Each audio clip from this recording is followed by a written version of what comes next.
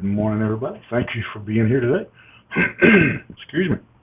Appreciate you taking a few moments. If you will, like, share, comment on the post, and then if you would like, you can join me in the book of Ruth, chapter number 4 and verse number 7.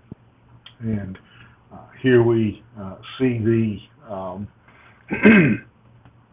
conclusion of the transaction as the nearest relative to Ruth has refused his rights, his opportunity to redeem the land and the ladies.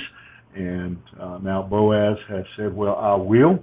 And then the transaction has to be concluded in a rather unusual way, not quite the way we would process a land transfer in our day. But verse 7 says, now this was the manner in the former time in Israel concerning redeeming and concerning changing. Talking about changing property ownership. For to confirm all things, a man plucked off his shoe and gave it to his neighbor, and this was a testimony in Israel. Therefore the kinsman said unto Boaz, buy it for thee. So he drew off his shoe, and Boaz said unto the elders and to all the people, you are witnesses this day that I have bought all that was Elimelech's, and all that was Chilion's and Mahlon's, and of the hand of Naomi. Moreover, Ruth Moabitess, the wife of Mahlon, have I purchased to be my wife, to raise up the name of the dead upon his inheritance, that the name of the dead be not cut off from among his brethren, and from the gate of this place you are witnesses this day. So let's take just a moment and talk for just a second about the land transfer. I don't think we can hardly brush over something quite that unique. They obviously didn't have notaries or clerk of courts or register of deeds, and so the process was, and the belief is that it was based on the practice in that time. Basically, if unclaimed land, you walked across it, it was your land. And so this practice of exchanging a shoe came to symbolize the changing of property. And so the unknown kinsman here gives his shoe to Boaz. And so should there ever be any somewhere down the road, this man come up and say, no, Boaz took the property, he stole it from me, or didn't give me my opportunity, whatever, then Boaz would pull out that shoe.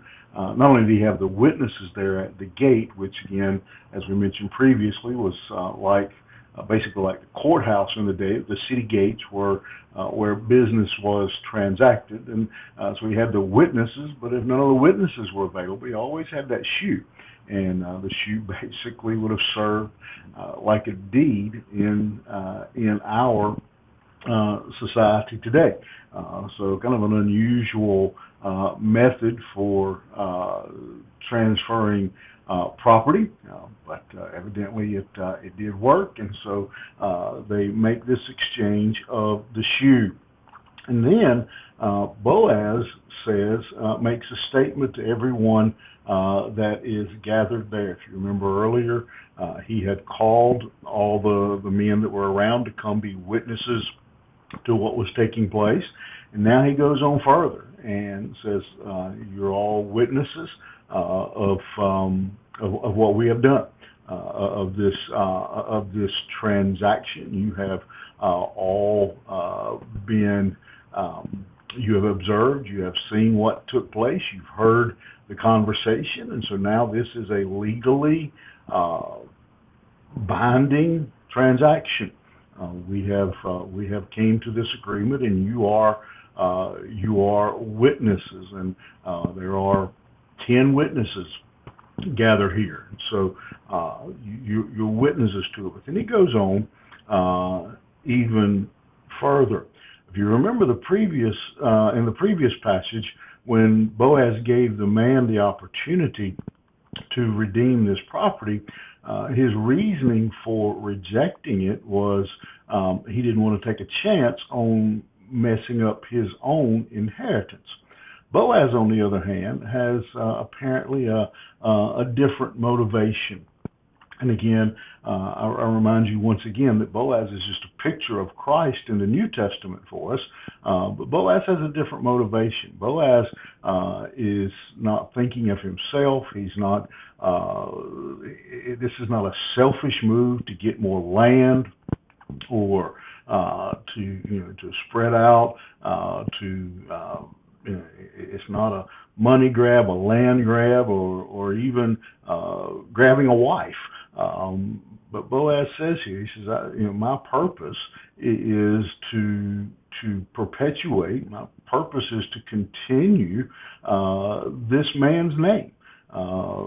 Ruth's former husband, her dead husband now. He says, I'm doing this so that I've purchased her, and the reason I purchased her was to raise up the name of the dead upon his inheritance.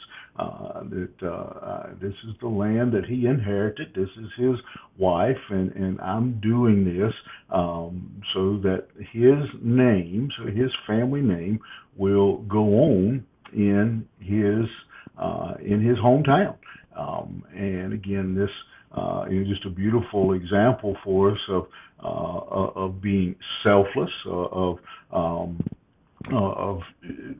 doing unto others. And so, again, of not of thinking of others' needs more highly than our own. So just the whole story is just a beautiful picture. But again, this is just another little piece of it. And again, it portrays for us once again what Christ did when, just as Boaz says here, I'm doing this for them. Not for the benefit it brings me, but for what it does for someone else. We know that what Christ did for us in redeeming us was not for himself. That it was not that he would gain or prosper, but when he died on the cross, what he did in redeeming you and I was for our benefit. And so again, just a beautiful picture and a contrast here of two ways of living. Between Boaz and again this other relative. The other relative could only think of himself and how it was going to affect him. Boaz says, I want to do this for this deceased man and his good and his family. And we have a choice as we go through life. We can live for ourselves, or we can live for others. We can live to be a blessing and put others first. And again, I'm reminded of I've heard many times that the word joy, the acronym is JOY, is Jesus first, others second, and yourself last. What a better place this would be if more of us would live with that mindset. Jesus first, others second, and yourself last. Think about it. You have a good day, and I will see you here tomorrow morning.